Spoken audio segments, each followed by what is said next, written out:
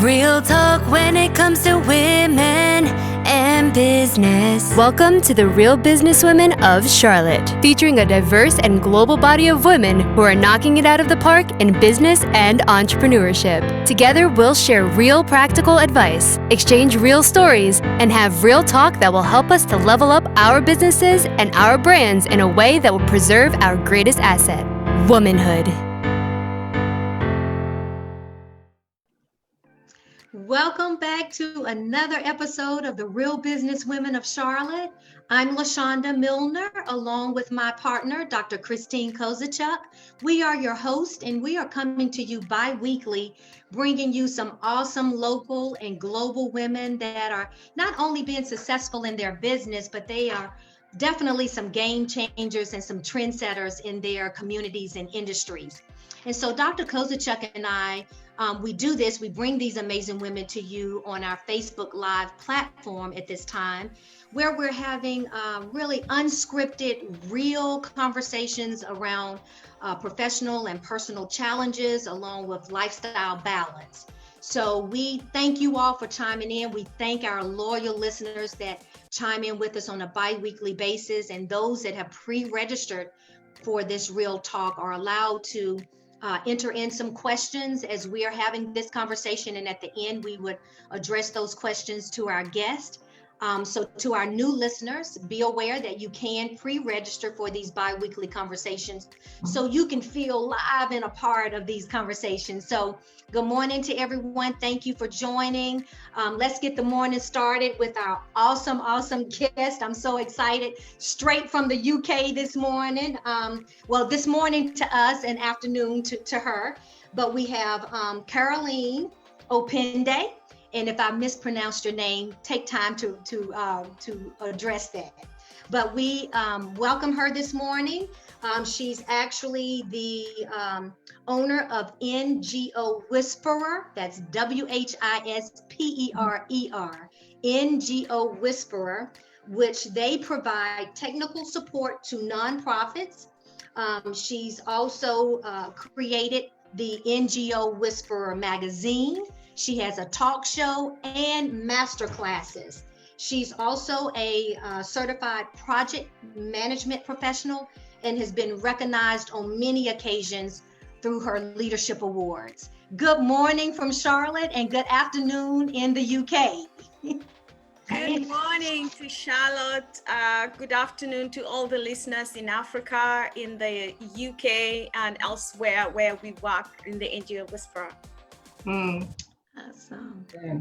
And so, Christine, I know you all have a relationship. I'm honored to be on the platform this morning, but you have known Carolyne for a while, right?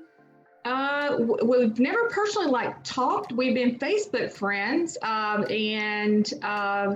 yeah, we have mutual friends. Yes. Okay. I think we may have been connected through either Professor Businger or Sir Clyde Rivers.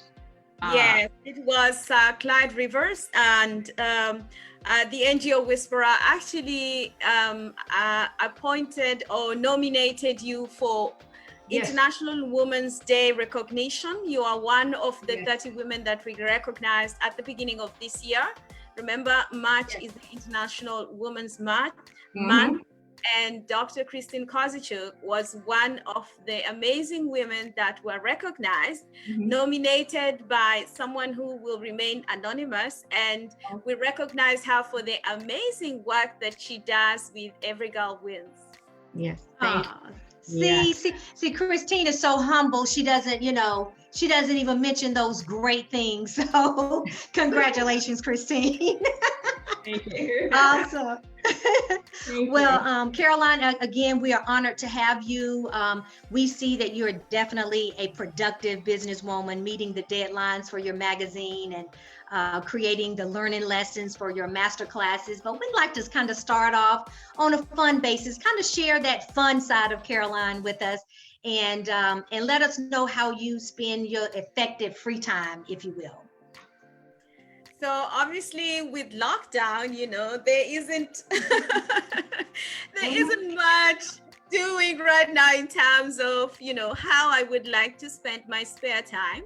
But many people do not know that I was a medalist at the university, being Kenyan, so you can imagine. I was in the athletics team and I used to run for fun. And when I got to the university level, I represented my university, which is the University of Nairobi, where I studied my Bachelor's of Science in Mathematics and Chemistry. I represented the university to the inter-university level Eastern African University Games. And I used to run 1,500 meters. And then 5,000 meters and 10,000 meters. So those are long distances. 1,500 isn't really the long distance, but it was more like for me to train for my 5,000 and 10,000 meters. And I won a medal at the university level, continued running, but as an amateur athlete, I stand no chance against my amazing Kenyan world record holders and champions like Kipchoge and all the rest. But I was an amateur athlete. So I like to run. That's how I like to spend my time. During this lockdown period, I must tell you that it has been difficult for me. But then again, I switched to exercising at home in my living room. And so that's how we have been spending our time since March up to now. And just so you all know, Manchester has just gone back into lockdown last week. So hopes for running and jogging has kind of been put to hold for a while.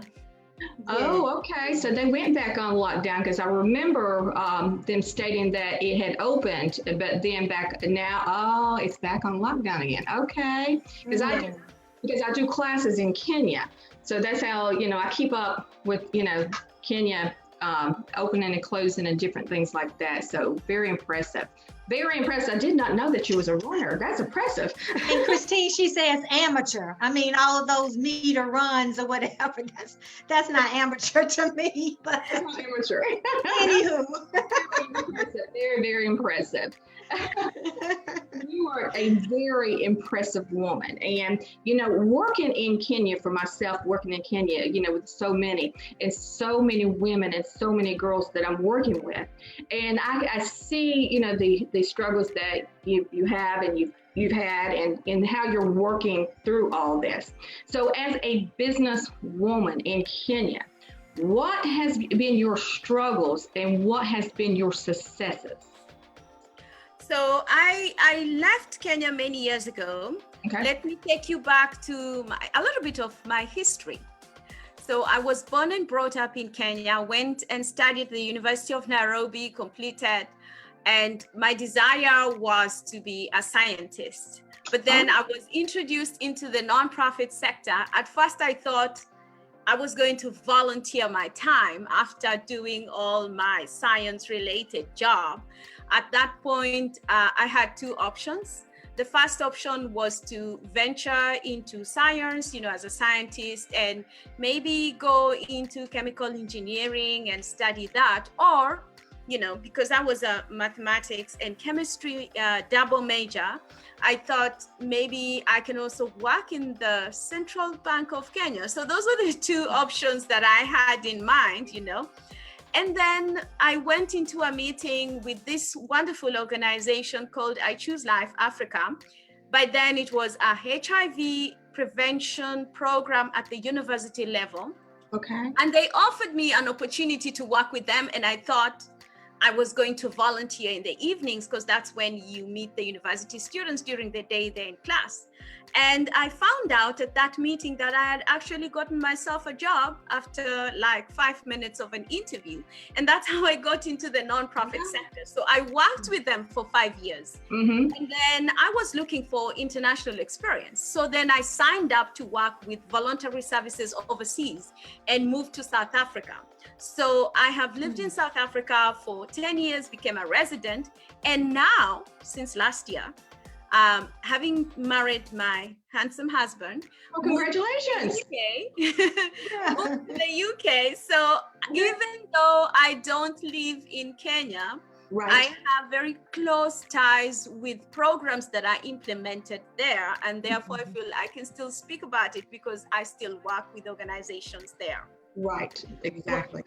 That's awesome. And see what I'm hearing, and I love these. I love stories like this because we have our own plan of this is what we're going to do, and then we find opportunities within opportunities to create something else for us. So, here you are in a meeting that drew an interest, another interest that you didn't know you even had or was presented to, and you took away with that interest and created something for yourself. And that's so awesome. And that's what I recognize just kind of looking over your bio. You've got 15 years of experience and knowledge in the nonprofit industry, and you've been very successful in raising monies in the international markets, such as Africa and Asia and Latin America and the Caribbean.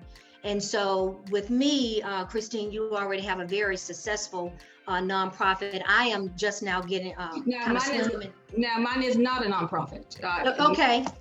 So Evergrow Wins is not a nonprofit. No. Okay, sorry about that. Sorry. Well, your initiative. How about that? Your international initiative. And I've actually just started I actually had that conversation when she nominated me. And that's why she straightened that out before we started. Okay, well, your initiative. So thank you for correcting. But I'm now swimming in some uncharted waters with nonprofit. I'm just now starting my nonprofit around STEAM. So it's the education piece for 3rd to 8th graders, and trying to create a virtual program for that. But with you being very successful, I want to take this moment just to ask, with no matter where these nonprofits are located in the world right now, we've all been affected or being affected by the pandemic situation. And so what have you been focusing on to help your clients, your nonprofit clients, to keep cash flow or the contributions still flowing in the midst of what we're dealing with on a worldly basis? Yeah, that's a really good question. Thank you for asking. Within the nonprofit sector, we have seen different types of funding coming through during this period. At the beginning, when this all started, of course, there was so many opportunities that donors had put out there that were put on hold because donors did not know how long this pandemic was going to take, the lockdown. And also remember, these donors, they are people like you and I, and with all this working from home and working remotely and different people beginning to sort themselves out on how they can work from home on a long-term basis, that whole changed the timelines for proposal application. And what we saw at the beginning, a number of things. Number one is the funders. I must commend funders, whether they are government funders like your US government, your UK government, and other large donors who are basically funding organizations. We often refer to them as multilateral or bilateral donors. Those donors actually extended their deadlines to allow people to settle down in what we now call the new normal. So what I saw from, of course, looking at the funding landscape and always reaching out to people, is that funders move their deadlines to allow people at least 2 to 3 months to allow people to settle down into this new normal, and also to submit different types of applications. So number two, what I also saw, and some of my funders, the funders that I work with, or funding the nonprofits that we work with, what they did is they repurposed some of the calls that they had put out there to specifically address the effects of COVID-19 on the project implementation. Most projects are implemented face-to-face unless, organizations are really tech savvy and have all the machineries required. Most nonprofits deal with people face-to-face.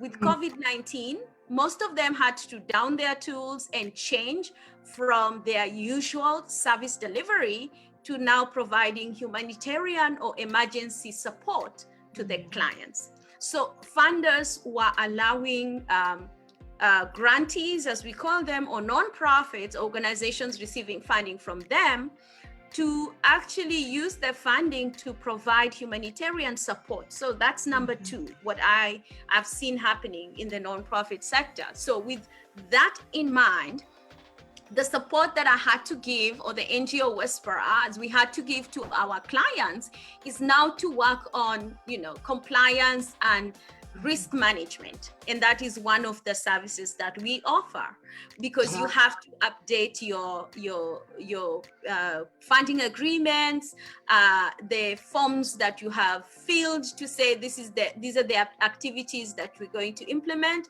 We call them implementation plans. We had to change them because the activities that were previously agreed upon are no longer possible.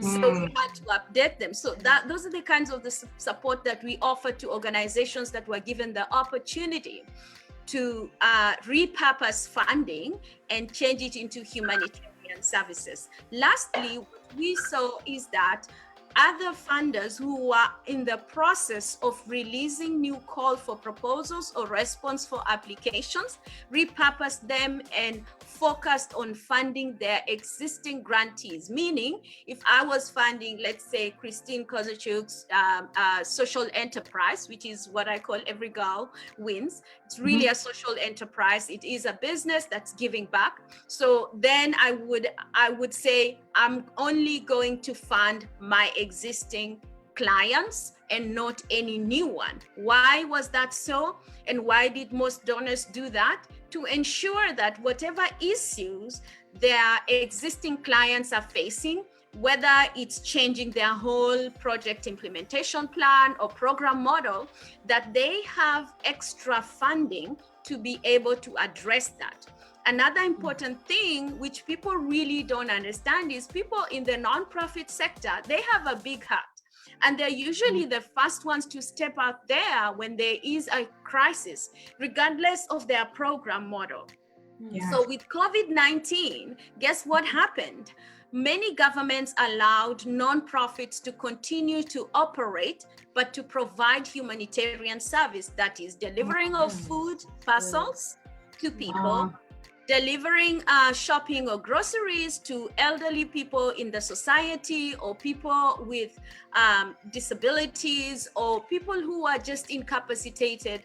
And most of the nonprofits that I work with work in low-income communities, whether it's in Africa, whether it's in Europe with refugees, whether it's in the Caribbean in different settings. Most of those are low-income communities, or what in the United States you would call them underserved communities. What happened in those cases? Most people lost their jobs. They need to feed their children, they need to eat. Nonprofits stepped in and started delivering food parcels to people, or to homes, or to different communities, and people were at liberty to step in and say, you know what, if you need food, come to our shops, or come to, or drive through and all that. And they would use venues like community buildings where, there's recreation facilities, or even churches or places of worship. Okay. So those are the changes that I saw. Yeah, and even here in America, there's been so many changes. So you would, in America, they're calling them essential businesses. So they would consider a nonprofit essential as being doing the humanitarian work. Yeah, here in America. But go ahead. Shanda, you had a question? Yeah, I wanted to, thank you for letting us know what was going on in your area. I did hear one thing, and I think this is a good business point, that, when we talk about pivoting, right? Making those changes, those agile changes, quick changes.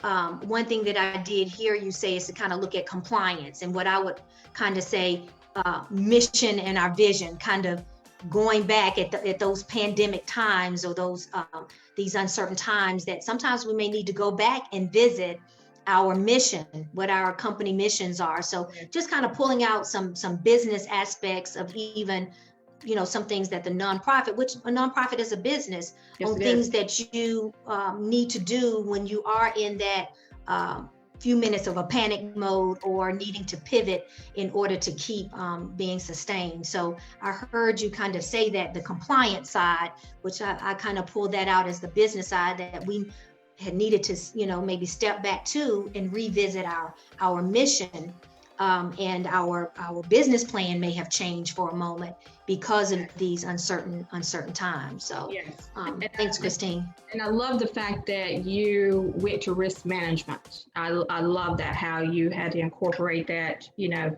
do some changes there. And we've all had to do changes in, you know, in every aspect of life, from our business to our family. So what I want to ask you is, you know, we talk about balance here, and, you know, for me, actually, I don't think that there's a balance. I just think it's, you know, you gotta do what you gotta do. Balance in life from your family to, especially when you're a business owner, you know, because you're working, especially when you're a business owner with your husband too.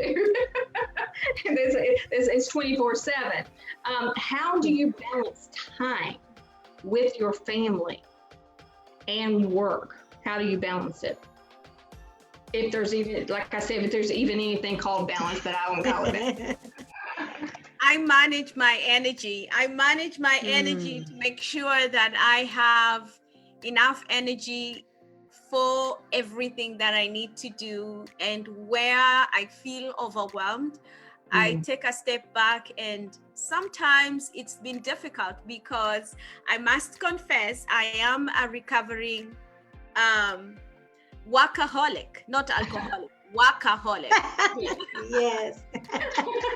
I'm a recovering workaholic, and I must tell you, during this COVID-19 pandemic time and the lockdown that has come as a result of it, I have worked longer hours than I did way before. So I can't tell you that I am good at balancing life and work. I manage my energy and make sure that I have some energy left for me time, for myself, and also for my family. Yes. With COVID-19 lockdown, what I found out, it's now easier to reach people via phone call, whether you're making a WhatsApp call, a video call, FaceTime and all that. And people kind of like appreciate that more, as opposed to, you know, come visit me, or let's spend time together, let's have coffee. It's as if now the world has opened up to this new and embracing the technology, and people feel like, wow, it's great, we are having this, I appreciate it. And maybe it's just that we appreciate one another more than we did, but I do my best to reach out to my family members, to text them. They're people who are okay with texting, but they're those who want to see your face. So then with those who want to see your face, then you do a little video call. There are those who are okay with just hearing your voice, and so a phone call or a voice note would do. So I try to manage all that, to check in not just with my family, but also with my clients, to check with them how their families are doing, because they are working from home. I got to know names of children of my clients, their husbands' names, and whoever else lives in their household, because, you know, sometimes you're working and a child walks in, you know, you're having a Zoom call and a child walks in, and you say hi to them and you introduce them, yourself to them. So with all this stuff that's happening, I have found it that it is even easier to keep in touch.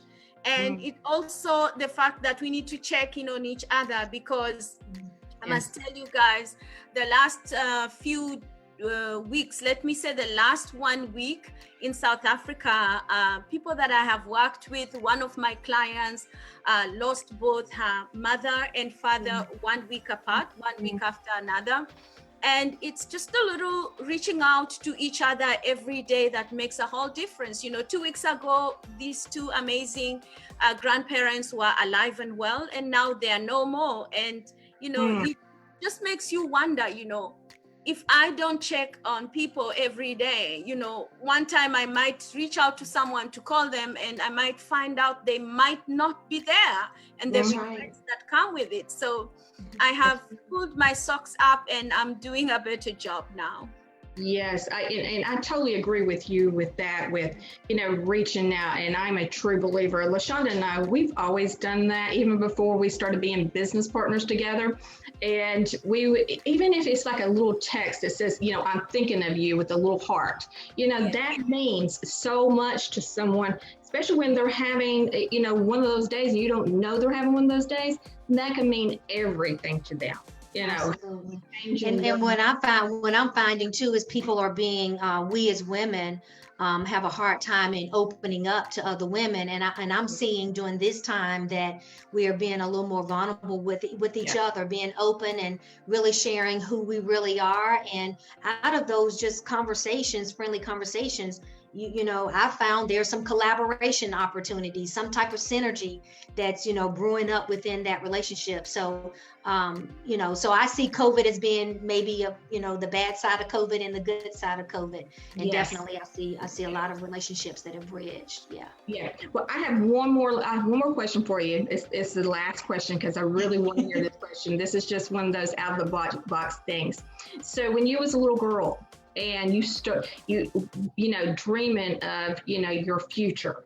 And when you started your future of the, NGO Whisperer, your business and everything, what advice, being that little girl, sitting, outside and having those dreams, what would you tell that little girl again today to do today?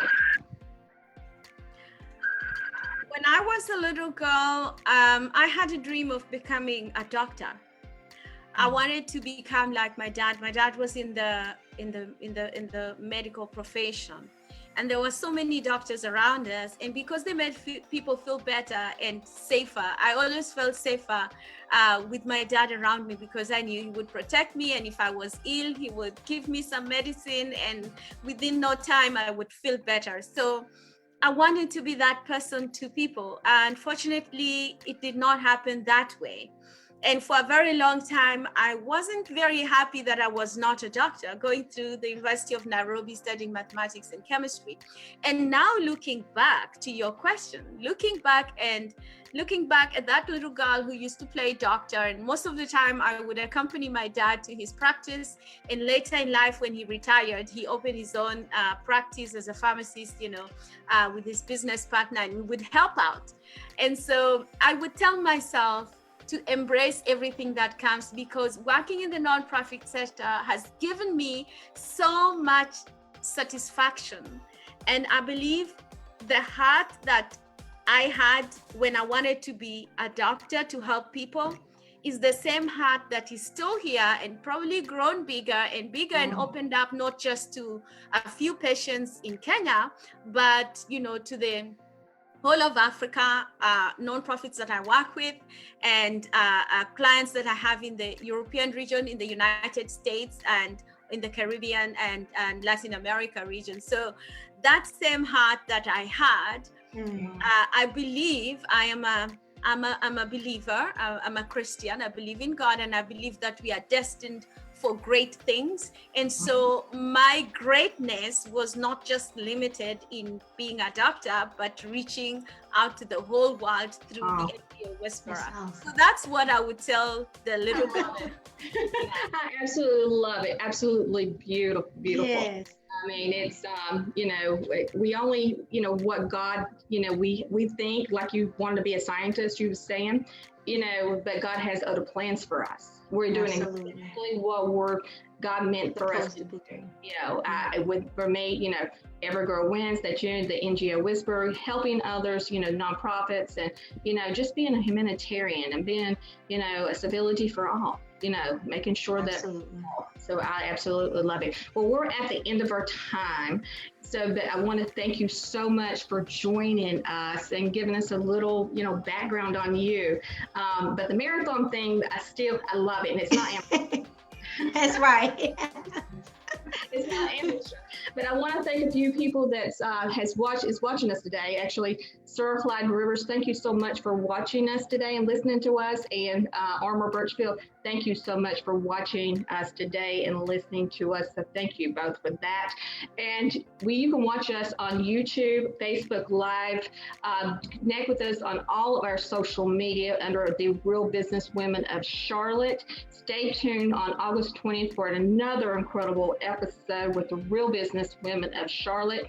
And, I want to thank my guest, Carolyne, and I want to thank my, co-host, Shanda, for just bringing this alive today and, bringing my dream alive for this show for women around the world. Thank you. Thank you. Have a good day. Thank you.